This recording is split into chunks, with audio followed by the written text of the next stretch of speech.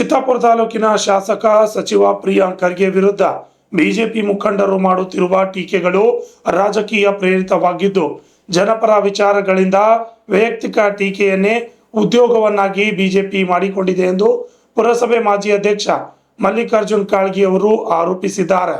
ಇನ್ನು ಚಿತ್ತಾಪುರ್ನಲ್ಲಿ ಸ್ಥಳೀಯ ನಾಯಕರು ಇಲ್ಲ, ಜಿಲ್ಲೆಯ ನಾಯಕರು ಆಗಮಿಸಿ ಪತ್ರಿಕಾಗೋಷ್ಠಿ ನಡೆಸುವಂತಹ ಪರಿಸ್ಥಿತಿ ನಿರ್ಮಾಣವಾಗಿದೆ ಅಂತ ಲೇವಡಿಯನ್ನ ಮಾಡಿದ್ದಾರೆ. ಪಟ್ಟಣದ ಬ್ಲಾಕ್ ಕಾಂಗ್ರೆಸ್ ಕಚೇರಿಯಲ್ಲಿ ಸುದ್ದಿಗೋಷ್ಠಿಯಲ್ಲಿ ಮಾತನಾಡಿದ ಅವರು ಸಚಿವ ಪ್ರಿಯಾಂಕ್ ಖರ್ಗೆ ಅವರನ್ನು ಟೀಕಿಸಿದ್ದಾರೆ. ಪಕ್ಷದಲ್ಲಿ ಮುನ್ನಡೆ ಹಾಗೂ ಟಿಕೆಟ್ ದೊರೆಯಲಿದೆ ಎಂಬ ಭಾವನೆಯಿಂದ ಬಿಜೆಪಿ ನಾಯಕರು ಹೇಳಿಕೆಯನ್ನು ನೀಡುತ್ತಿದ್ದಾರೆ ಎಂದು ಹೇಳಿದರು. ಚಿತ್ತಾಪುರದಲ್ಲಿ ಬಿಜೆಪಿಗೆ ಸಮರ್ಥ ನಾಯಕತ್ವ ಕೊರತೆ ಇದ್ದು ಸುದ್ದಿಗೋಷ್ಠಿ ನಡೆಸಲು ಹೊರ ಜಿಲ್ಲೆಗಳ ನಾಯಕರನ್ನು ಕರೆತರಬೇಕಾದ ಪರಿಸ್ಥಿತಿ ನಿರ್ಮಾಣವಾಗಿದೆ.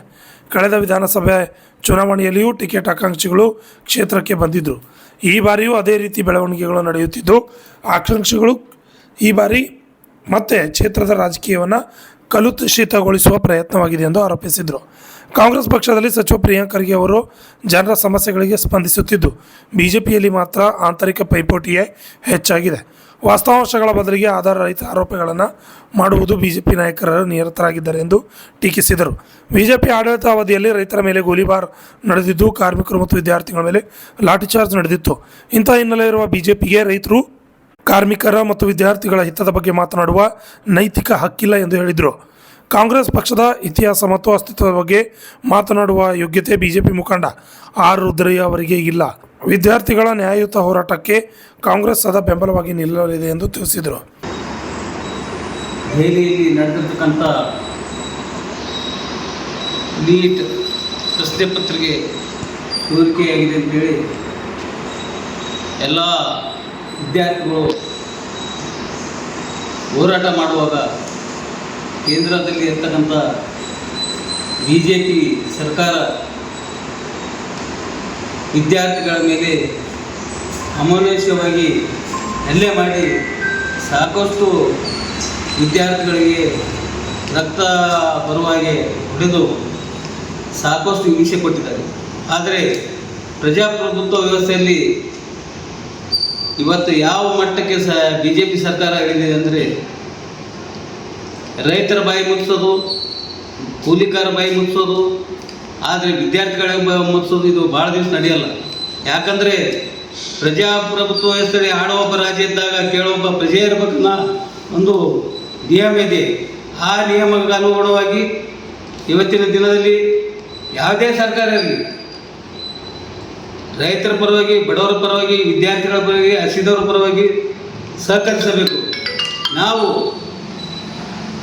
ಇವತ್ತಿನ ದಿವಸ ನಿನ್ನೆ ರಾಜ್ಯ ಬಿಜೆಪಿ ಕಾರ್ಯಕಾರಿಣಿ ಸದಸ್ಯರಾದಂಥ ಆರ್ ರುದ್ರಯ್ಯ ಅವರು ಚಿತ್ತಾಪುರ ಬೆಂಗಳೂರಿಂದ ಪಾಪ ಅಷ್ಟು ದೂರದಿಂದ ಪ್ರೆಸ್ ಮೀಟ್ ಮಾಡೋ ಉದ್ದೇಶಕ್ಕಾಗಿ ಚಿತ್ತಾಪುರ ಕಷ್ಟಪಟ್ಟು ಬಂದು ರೈತರ ಬಗ್ಗೆ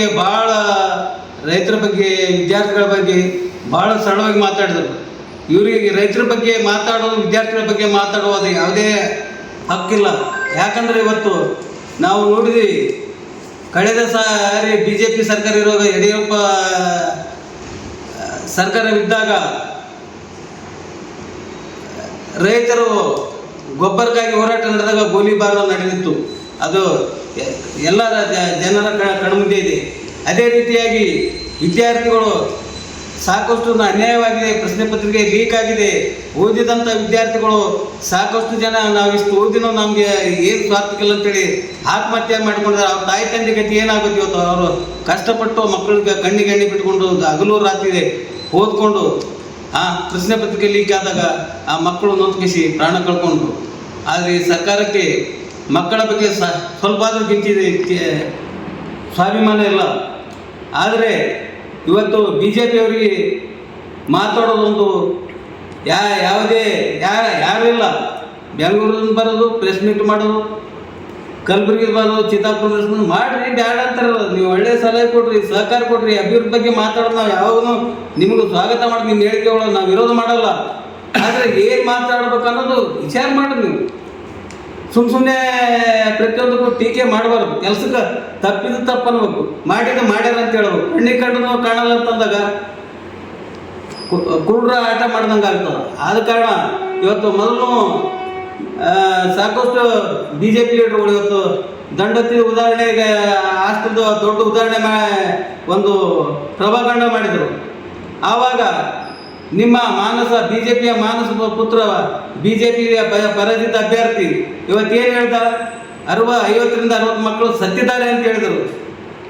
ನೀವು ಬಿ ಜೆ ಪಿ ನಾಯಕರು ಬಂದಿರಿ, ಅಮರನಾಥ್ ಇವರು ಬಿ ಜಿ ಪಾಟೀಲ್ ಬಂದರು, ಅವಿನಾಶ್ ಜಾಧವ್ ಬಂದರು, ಬಸವರಾಜ್ ಮತ್ತಿಮೂಡು ಬಂದರು, ರಾಜ್ಕುಮಾರ್ ಪಾಟೀಲ್ ಬಂದರು, ದಂಡತಿ ಬಂದರು. ಅದ್ರ ಬಗ್ಗೆ ಮಾತಾಡ್ರಿ. ಕ್ಷೇತ್ರ ಜನರಿಗೆ ಹೇಳ್ರಿ, ನಿಮ್ಮ ಪರಾಜಿತ ಅಭ್ಯರ್ಥಿ 50ರಿಂದ 60 ಮಕ್ಕಳು ಸತ್ತನ ಹೇಳಿದೆ, ಅದಕ್ಕೆ ಎಕ್ಸ್ಪ್ಲೇನ್ ಮಾಡ್ರಿ. ಅದ್ರ ಬಗ್ಗೆ ಮಾತಾಡಲ್ಲ. ಈ ಕ್ಷೇತ್ರ ಜನರಿಗೆ ಹೇಳ್ರಿ, ಆ ಪಾಲಕರಿಗೆ ಹೇಳ್ರಿ, ಒಬ್ಬರು ಪಾಲಕರಿಗೆ ಎಲ್ಲಿ ಸತ್ತಿದ್ದಾರೆ, ಯಾರು ಸತ್ತಿದ್ದಾರೆ. ಗಾಳಿಯಲ್ಲಿ ಗುಂಡು ಹೊಡೆಯೋದು ಬೇಡ. ಯಾವುದೇ ಮಾತಾಡುತ್ತೋ ಆಧಾರವಾಗಿ ಇಟ್ಕೊಂಡು ಮಾತಾಡ್ಬೇಕು ಬರ್ತಕ್ಕಂಥ ಜಾಗದಲ್ಲಿ. ಈಗ ಯಾಕಂದ್ರೆ ನಾವು ಕಳೆದ ಸಲನೂ ನಾವು ಹೇಳಿದ್ದೀವಿ, ನಮ್ಮ ಚಿತ್ತಾಪುರ ಮತಕ್ಷೇತ್ರದಲ್ಲಿ ಈಗಾದರೂ ಶಾಸಕರು ಅವರೇ ಮುಂದೆ ನೆಕ್ಸ್ಟ್ ಚುನಾವಣೆ ನಡೆದರು ನಮ್ಮಲ್ಲಿ ಒನ್ ಮ್ಯಾನ್ ಆರ್ಮಿ ಅವರೇ ಅಭ್ಯರ್ಥಿ ಪ್ರಿಯಾಂಕರ್ಗೆ ನಮ್ಮ ನಾಯಕರು. ನಿಮ್ಮಲ್ಲಿ ಬಿ ಜೆ ಪಿಯವರ ನಾಯಕತ್ವ ಕೊರತೆ ಇದೆ. ತಾಯಿಸ್ಕೊಬ್ಬರು 3 ದಿನ ಲಾಸ್ಟ್ ಟೈಮ್ನಾಗ ಒಬ್ರು ಬಂದರು, ಈಗ ಪಾಪ 6 ಡ್ರೈವರ್ ಹೊಂಟ್ರ. ಏನು ಪಾಪ ಟಿಕೆಟ್ ಕೊಡ್ದು ಅಂತ ಹೇಳ್ಯಾರೋ ಏನೋ, ಅದು ಅವ್ರ ಪಕ್ಷದ ವಿಷಯ, ನಾವು ಆ ವಿಷಯಕ್ಕೆ ಮಾತಾಡೋಲ್ಲ. ಆದರೂ ಬಂದು ಸುಳ್ಳು ಆರೋಪ ಮಾಡೋದು. ರೈತರ ಬಗ್ಗೆ ರೈತರ ಬಗ್ಗೆ ನಿಮ್ಗೆ ಎಷ್ಟು ಕಾಳಜಿ ಅದ? ನೀವು ರೈತರ ಬಗ್ಗೆ ಕಾಳಜಿ ಇದ್ರೆ ಕಳೆ ಸಲ ಗೋಲಿಬಾರ್ ಯಾಕೆ ಮಾಡ್ತೀರಿ? ಮಕ್ಕಳು ಒಟ್ಟಿಗೆ ಅನ್ನಲ್ಲಿ ಹೋರಾಟ ಮಾಡೋ ಮಕ್ಕಳ ಮೇಲೆ ಲಾಠಿ ಚಾರ್ಜ್ ಯಾಕೆ ಮಾಡ್ತೀರಿ? ನಾವು ಇದನ್ನು ಖಂಡಿತವಾಗಿ ಖಂಡಿಸ್ತೀವಿ. ಆದ ಕಾರಣ ಯಾವುದೇ ವ್ಯಕ್ತಿಯ ವೈಯಕ್ತಿಕವಾಗಿ ಮಾತನಾಡೋದು ಸಮಂಜಸ ಅಲ್ಲ. ನಿಮ್ಮ ಪಕ್ಷದಲ್ಲಿ ನಿಮ್ಮ ಪರಾಜಿತ ಅಭ್ಯರ್ಥಿ ಇರ್ಬೋದು, ನಿಮ್ಮ ಕೆಲವರು ಬಿ ಜೆ ಪಿಯ ನಾಯಕರಿರ್ಬೋದು, ಆದರೆ ನಮ್ಮ ನಾಯಕರ ಬಗ್ಗೆ ವೈಯಕ್ತಿಕವಾಗಿ ಮಾತನಾಡೋದು ನಾವು ಖಂಡಿಸ್ತೀವಿ. ಮಾತಾಡ್ರಿ, ಅಭಿವೃದ್ಧಿಗೆ ಮಾತಾಡ್ರಿ. ಇದು ಸರಿಯಿಲ್ಲ ಅಂತ ಹೇಳಿದ್ರೆ ತಪ್ಪು ಅಂತ ತೋರಿಸ್ರಿ.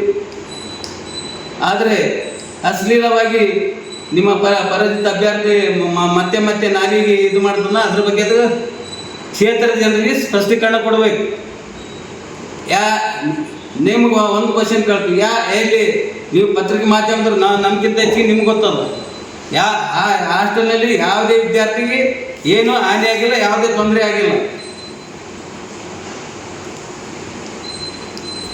ಆದ ಕಾರಣ ನಾವು ನಿಮ್ಮ ಮುಖಾಂತರ ಹೇಳ್ತೀವಿ, ಬಿ ಜೆ ಪಿಯವರಿಗೆ ಅವ್ರಿಗೆ ಯಾವುದೇ ಉದ್ಯೋಗ ಇಲ್ಲ, ಯಾರೋ ಬರಬೇಕು, ಪ್ರಿಯಾಂಕ ಖರ್ಗೆ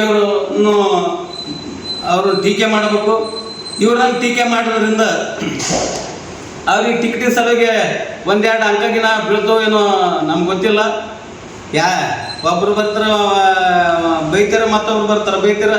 ಆದ್ರೆ ಅವ್ರವ್ರದೇ ಕಾಂಪಿಟೇಷನ್, ಅದು ಬೈಯೋದ್ರಂತೆ ಮಾರ್ಕ್ಸ್ ಸಿಗ್ತಾವನ್ನ ಉದ್ದೇಶಕ್ಕೆ ಚಿತ್ತಾಪುರ ಬಂದು. ಯಾಕಂದ್ರೆ ಇಲ್ಲಿ ಯಾರು ನಾಯಕತ್ವನೇ ಇಲ್ಲ, ಅವ್ರ ಬರೀ ಗಟ್ಟಿ ನಾಯಕತ್ವ. ಆ ಗಟ್ಟಿ ನಾಯಕ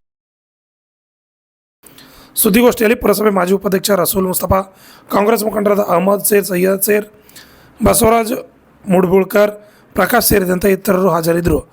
ಅಣ್ಣರಾಯ್ ವಿವಣಿ, ಅರ್ಜ 32 ಕನ್ನಡ ನ್ಯೂಸ್, ಚಿತ್ತಾಪುರ.